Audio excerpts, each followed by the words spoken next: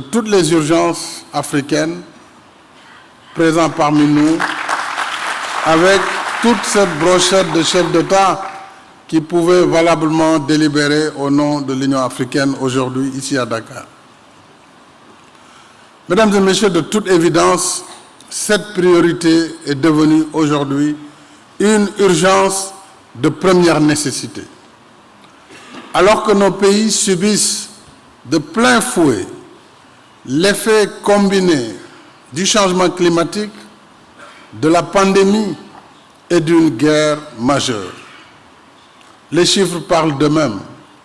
Et selon le rapport mondial sur la crise alimentaire en 2022, jusqu'à 205 millions de personnes à travers le monde pourraient faire face à l'insécurité alimentaire.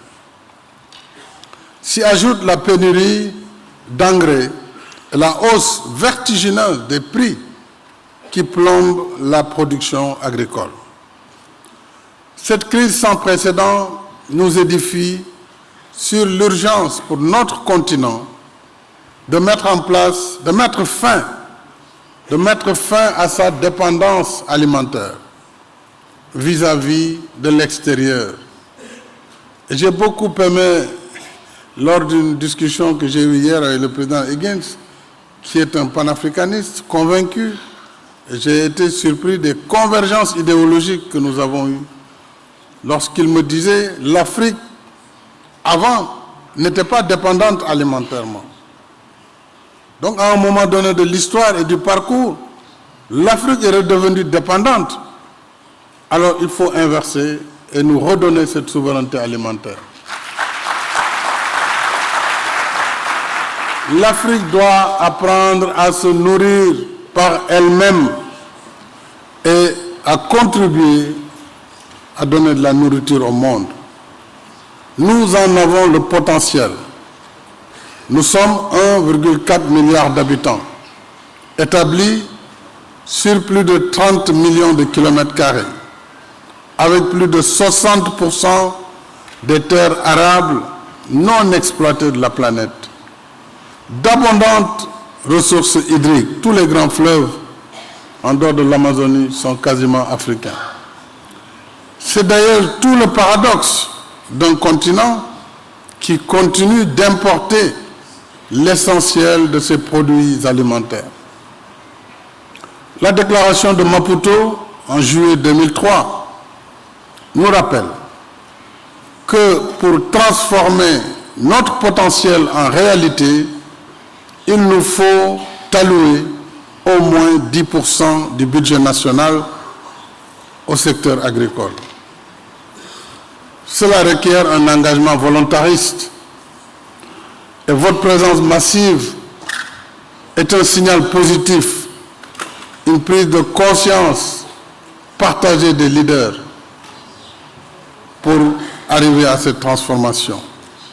À titre d'exemple, au Sénégal, la part des investissements agricoles dans le budget général d'investissement s'élève à 12%.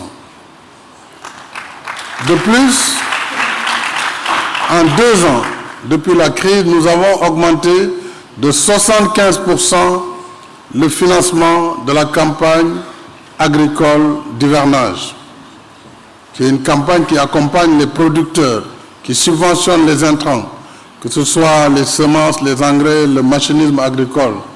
75% de hausse sur 2 années. J'imagine qu'à Banque africaine de développement, sur la sécurité alimentaire, ce plan a permis de mobiliser 1,6 milliard de dollars sur quelques mois en faveur de 30 pays dont la moitié, les 15, ont déjà procédé au décaissement. Il est tout heureux que Dakar 2 soit un sommet orienté vers l'action, avec la signature de compacts de livraison de produits alimentaires et agricoles afin de stimuler la production et le commerce des produits. Tout à l'heure, après la cérémonie d'ouverture, l'organisation permettra aux différents chefs d'État et aux différents pays de dialoguer directement avec leurs partenaires sur leur compact, sur les priorités agricoles et sur les mobilisations financières qui devraient découler d'un tel échange. Et je sais d'avance que la Banque africaine de développement, tout comme la Banque islamique, l'AFD, les États-Unis d'Amérique, l'Union européenne et tous les autres partenaires multilatéraux et bilatéraux pourront être présents. Et la BAD doit être, cher Hakim, le fer de lance. J'espère que tu nous donneras de bonnes nouvelles sur l'engagement du groupe de la Banque africaine par rapport à ces compacts par pays. Et je voudrais en outre rappeler à l'attention de notre conférence la déclaration conjointe sur la sécurité alimentaire issue du sommet États-Unis-Afrique au mois de décembre dernier, visant deux objectifs. À court terme, il s'agit de répondre aux besoins immédiats d'importation d'engrais et de produits alimentaires aux conditions normales du marché, sans inflation, sans surcoût. Deuxièmement, à moyen et long terme, la déclaration nous engage à travailler ensemble et de concert avec d'autres partenaires en vue d'améliorer la façon durable et de façon durable l'investissement dans le secteur agricole pour assurer la souveraineté alimentaire du continent africain. En ma qualité de président en exercice de l'Union africaine, j'ai mis en place une task force restreinte sur les objectifs à court terme, l'accès au marché, aux produits, qui sera ensuite élargie pour assurer le suivi des engagements à moyen et long terme.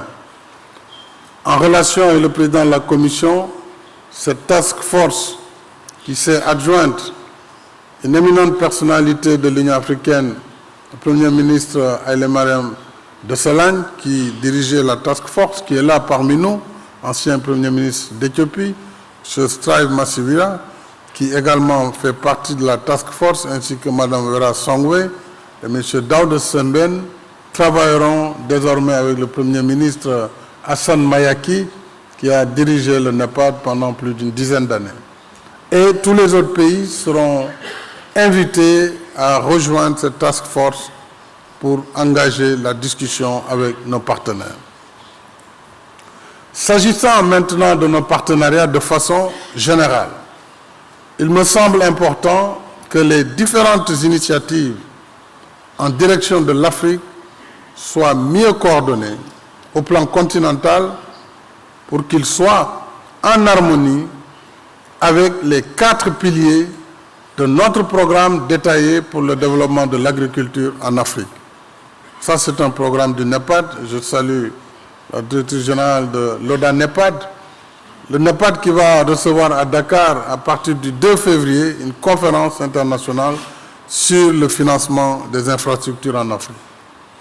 Les 4 piliers, je voudrais les rappeler. Premièrement, il s'agit de valoriser davantage la recherche, améliorer la mécanisation agricole et la maîtrise de l'eau et intensifier l'utilisation de technologies appropriées, y compris la transformation locale des produits.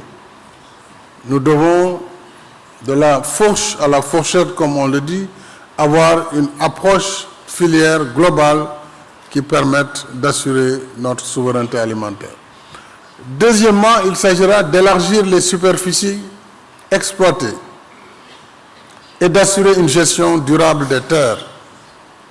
Troisièmement, il faudra améliorer l'accès des produits au marché en renforçant les infrastructures de désenclavement et d'interconnexion transfrontalière, ainsi que les équipements de stockage, de conservation et de transformation locale. Il faut rappeler qu'en Afrique, jusqu'à 40% de la production, souvent, est perdue faute de stockage et de conservation adéquate. Quatrièmement, enfin, il s'agira de soutenir les petits exploitants. Il ne faut pas que ces petits exploitants soient sacrifiés à l'aune de la grande agriculture, notamment les femmes et les jeunes, par un encadrement et un financement adaptés à leurs besoins. Sur la transformation durable des systèmes agricoles, la réforme foncière revêt une sensibilité particulière, sensibilité qui nécessite de concilier les besoins légitimes de l'agriculture familiale et ceux indispensables de l'agrobusiness pour la production à grande échelle. Là également, une attention particulière devra être accordée à l'accès au foncier pour les femmes et pour les jeunes. Chers collègues, mesdames et messieurs, face à une crise sans précédent, nous sommes à la croisée des chemins.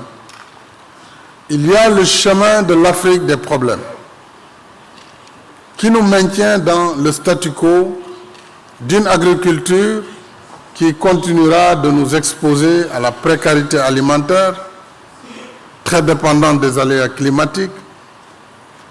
Mais il y a par ailleurs le chemin de l'Afrique des solutions, qui nous met dans la perspective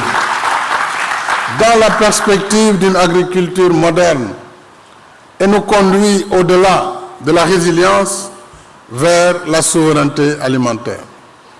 Dakar 2 veut s'inscrire résolument dans la dynamique de l'Afrique des solutions. Une Afrique donc qui puise dans son énorme potentiel pour se nourrir par elle-même et aider à nourrir le monde. C'est notre raison d'être ici aujourd'hui à Dakar. Nous voulons rester combatifs, résolus à surmonter nos obstacles pour relever les défis devant nous. J'appelle ainsi tous nos partenaires bilatéraux et multilatéraux à se mobiliser avec nous. Et c'est le moment de faire des actions pour faire de Dakar 2 un véritable sommet de l'action afin de la souveraineté alimentaire en Afrique. Je déclare maintenant ouverts les travaux de la deuxième conférence internationale de Dakar sur l'agriculture et vous remercie de votre aimable attention.